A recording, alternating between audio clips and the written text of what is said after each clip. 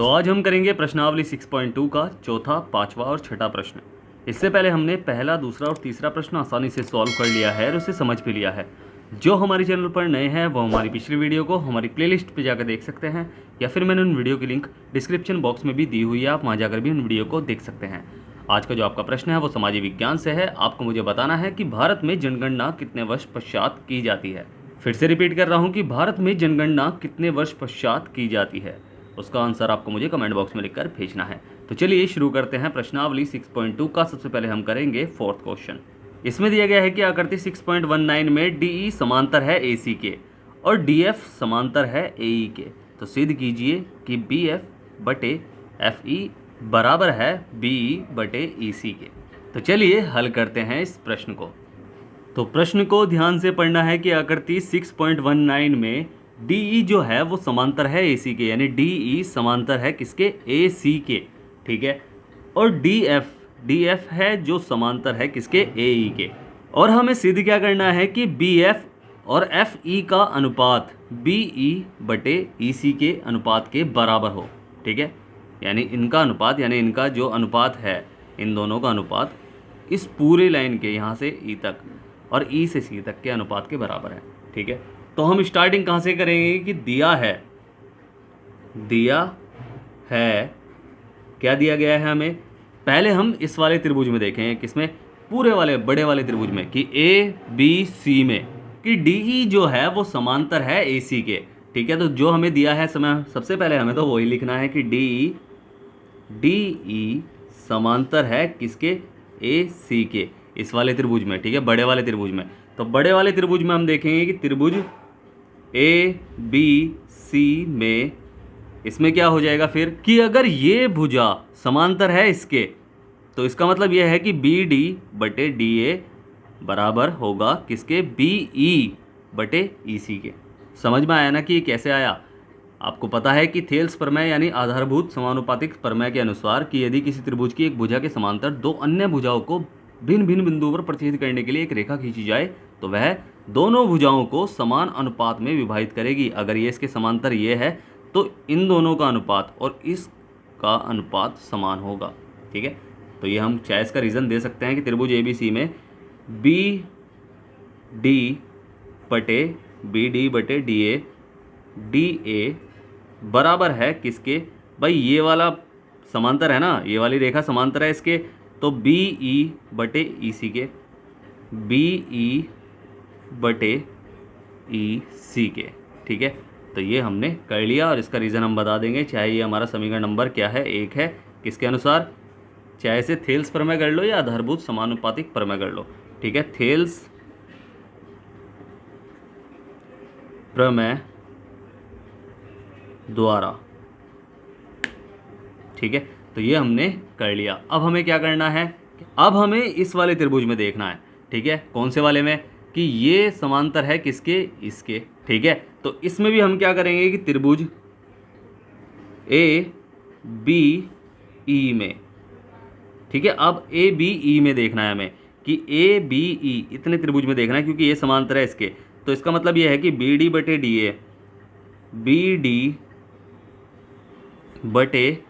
DA बराबर होगा किसके? BF बटे FE के, BF बटे FE के, ठीक है। और ये भी कैसे हुई है? इसे भी हम रीज़न दे देंगे। ये समीकरण नंबर 2 है। किसके अनुसार? थेल्स प्रमेय के अनुसार, ठीक है।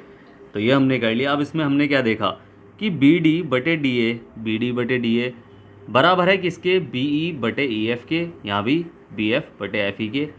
परंतु भाई अगर मैं इसका मान लूँ कि 1/2 है तो इसका मान भी 1/2 होगा, और जब इसका मान 1/2 है तो इसका मान भी 1/2 निकल रहा है। तो ये बराबर ये होंगे ना, तो हम लिख लेंगे इसे कि समीकरण 1 व 2 से हमने क्या किया इसमें कि BE या BF कर लो पहले, कोई दिक्कत नहीं है, BE बटे FC बराबर होगी किसके? BF बटे ई के। ठीक है भाई, जब दोनों मान बराबर है, भाई ये बराबर है इसके तो ये बराबर भी है इसके, तो ये बराबर भी तो होगी इसके। तो यही हमने करा है कि बी बटे ई सी बराबर पी एफ बटे एफ ई। यही हमारा क्या है, आंसर है जो हमारे निकालने के लिए कहा था। ठीक है, तो ये हमारा आंसर है। तो अब करेंगे हम कौन सा, पांचवा प्रश्न। तो पांचवा हमें क्या दिया गया है, पांचवा हमें दिया गया है कि आकृति 6.20 में डी ई यानी डी ई समांतर है किसके, ओ क्यू के, यानी ये जो है वो इसके समांतर है। और डी एफ यानी डी एफ समांतर है ओ आर के। हमें सिद्ध क्या करना है कि ई एफ समांतर है, यानी ये पूरी लाइन समांतर है किसके, इसके। ठीक है, तो ये हमें सिद्ध करना है। हम सेम वैसे ही करेंगे जो हमें समांतर दिया गया है। ठीक है, हम उस त्रिभुज में से थोड़ा सा डाटा कलेक्ट करेंगे कि ये समांतर इसमें दिया गया है, इसके दिया गया है, तो हम क्या करेंगे, पी ओ क्यू में देखेंगे पहले त्रिभुज में, फिर पी ओ आर में देखेंगे। ठीक है, उसके बाद हम दो समीकरण बनाएंगे। कैसे कि त्रिभुज पी क्यू ओ या फिर पी ओ क्यू में। ठीक है, पी ओ क्यू में हमें दिया गया है डी ई समांतर है किसके, ओ क्यू के। डी ई जो है वो समांतर है किसके, ओ क्यू के। ठीक है, तो इसका मतलब ये है कि पी ई बटे ई क्यू का अनुपात पी डी बटे डी ओ के अनुपात के बराबर होगा। तो हम ये लिखेंगे कि पी ई बटे ई क्यू बराबर पी डी बटे डी ओ। ये हमारा क्या है, पहला समीकरण है किससे, आधारभूत समानुपातिकता प्रमेय या फिर थेल्स प्रमेय के अनुसार। थेल्स प्रमेय। ठीक है, तो ये हमने क्या करा, थेल्स प्रमेय के अनुसार इसे कर लिया। अब ऐसे ही हम दूसरे वाले त्रिभुज में देखेंगे कि पी ओ आर में। ठीक है, तो लिखेंगे हम कि त्रिभुज पी ओ आर में, इसमें भी हमें दिया गया है कि डी एफ जो है वो समांतर है ओ आर के। तो डी एफ समांतर है ओ आर के, तो इसके हिसाब से क्या होगा कि पी डी जो है यानी पी डी बटे डी ओ, इसके हिसाब से बराबर होगा किसके, भाई पी एफ और एफ आर के, पी एफ और बटे एफ आर के। बस ये हमारा क्या है, समीकरण नंबर 2 है। और ये भी हमारा कैसे है, थेल्स प्रमेय के अनुसार। तो थेल्स प्रमेय लिख लो बस यहाँ, उसके अनुसार है।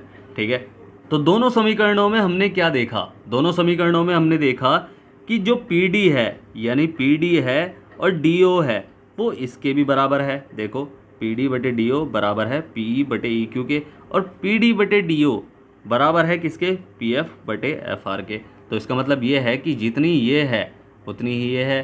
भाई ये क्या मतलब है इसका, इसका मतलब ये है कि जो अनुपात इसका बैठ रहा है वही अनुपात इसका बैठ रहा है, और जो अनुपात इसका ही बैठ रहा है वही अनुपात इसका भी बैठ रहा है। तो इसका और इसका अनुपात भी तो समान होगा ना। ठीक है, तो हमने दोनों में देखा कि भाई इन दोनों का अनुपात समान है, यानी इसका मतलब ये है कि समीकरण 1 व 2 से, समीकरण 1 व 2 से हमने देखा कि जो पी एफ है वो बटे एफ आर बराबर है किसके, पी ई बटे ई क्यू के। ठीक है, इसका मतलब ये है। तो इसका मतलब ये है कि जो एफ और ई बिंदु है वो इन दोनों को एक ही अनुपात में विभाजित कर रहे हैं। अगर वे एक ही अनुपात में विभाजित कर रहे हैं तो उनसे बनी रेखा भी क्यू आर के समांतर ही होगी। ठीक है, पता है ना, हमने थेल्स प्रमेय के उल्टे में यानी थेल्स प्रमेय के विलोम में हमने क्या सीखा था, हमने सीखा था कि यदि किसी त्रिभुज की दो रेखाएं एक ही अनुपात में दोनों भुजाओं को अगर विभाजित करती हैं, उन पर बिंदु जो होते हैं वे दोनों भुजाओं को एक ही अनुपात में विभाजित करते हैं, तो उससे बनी रेखा तीसरी भुजा के समानांतर होगी। तो इसे बोलते हैं थेल्स प्रमेय का विलोम यानी उल्टा। जैसे वो था ना हमारा कि त्रिभुज की एक भुजा के समांतर अगर दो बिंदुओं पर एक ही रेखाएं प्रतिच्छेद कर रही होती हैं तो वह उस भुजाओं को समान अनुपात में विभाजित करती है। अगर मैं इसका उल्टा कर दूं कि समान अनुपात में विभाजित होने वाली भुजाएं तीसरी भुजा के समांतर होती हैं तो वह थेल्स प्रमेय का उल्टा है। ठीक है, तो हम सेम ऐसे ही करेंगे कि ई एफ, यही कर रहा हूं मैं कि ई एफ समांतर है किसके, क्यू आर के। और इसका रीज़न हम दे देंगे थेल्स प्रमेय के विलोम से। बस यही हमारा आंसर है। ठीक है, समझ में आया प्रश्न। अब करते हैं लास्ट सिक्स्थ। तो सिक्स्थ में हमें दिया गया है कि आकृति 6.21 में क्रमशः OP यानी OP, OQ यानी OQ और OR यानी ये वाला पर स्थित बिंदु A, B और C इस प्रकार हैं कि AB जो है वो समांतर है PQ के, AC PR के समांतर है। हमें ये सिद्ध करना है कि BC जो समांतर है QR के, वो है या नहीं। ठीक है, तो ये हमें सिद्ध करना है। तो हम सेम वैसे ही करने वाले हैं कि जो जो हमें दिया गया है, भाई समांतर वाली रेखा इसमें दे रखी है ना, तो इस वाले त्रिभुज में देखेंगे, फिर एक समांतर इस वाले में दे रखी है तो हम इसे में देखेंगे फिर बाद में। ठीक है, तो ऐसे ही हम कर लेंगे इस क्वेश्चन को। तो हल हम कहाँ से करेंगे कि उत्तर नंबर 6 हमारा क्या है कि त्रिभुज, पहले हम त्रिभुज इस वाले में देखेंगे POQ में। तो POQ में हमें दिया गया है कि दिया है कि AB जो है समांतर है किसके, PQ के।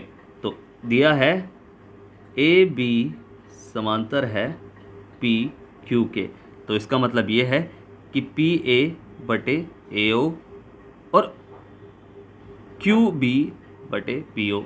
तो इनका अनुपात क्या होगा, इनका अनुपात बराबर होगा यानी समान होगा। तो हम सेम वैसे ही कर लेंगे कि OP बटे AP ऐसा कर लो, चाहे PA बटे AO कर लो। ठीक है, कैसे भी कर लो कि OP या OA बटे AP बराबर है OB बटे BQ के। ठीक है, OB बटे BQ के। तो हमने इसमें ये कर लिया। तो हमें पता है कि हमने कैसे करा कि आधारभूत समानुपातिकता प्रमेय से या फिर थेल्स प्रमेय से आप कह सकते हैं।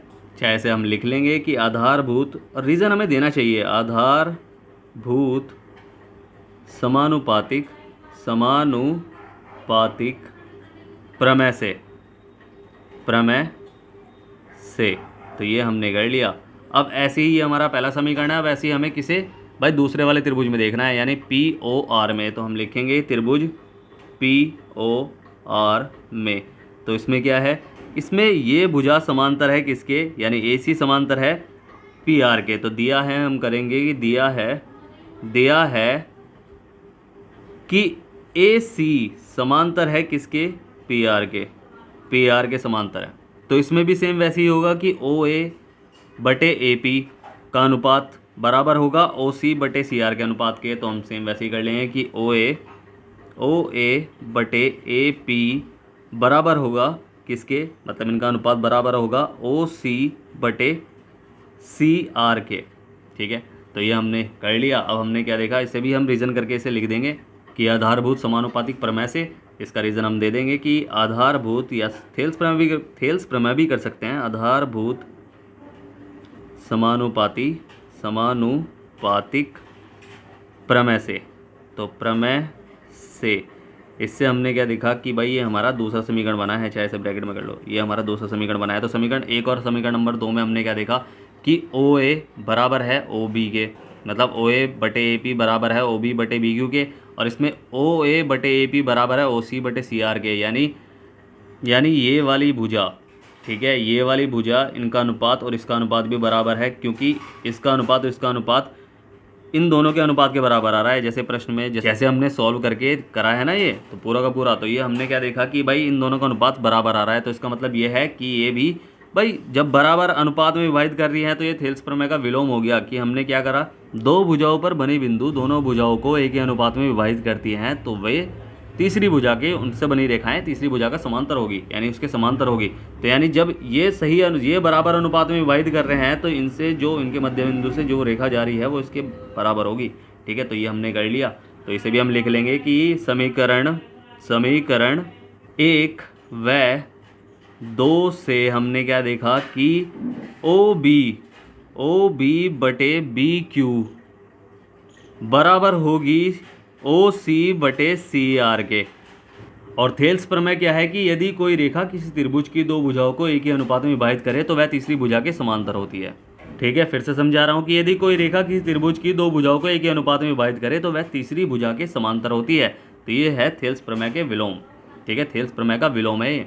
तो अतः जब दोनों सही अनुपात में समान अनुपात में विभाजित कर रही है तो वह तीसरी भुजा के समांतर होगी, यानी बी सी समांतर है क्यू आर के। तो ये हम रीज़न दे देंगे कि थेल्स प्रमेय के विलोम से। बस यही हमारा क्या है, आंसर है। समझ में आया प्रश्न?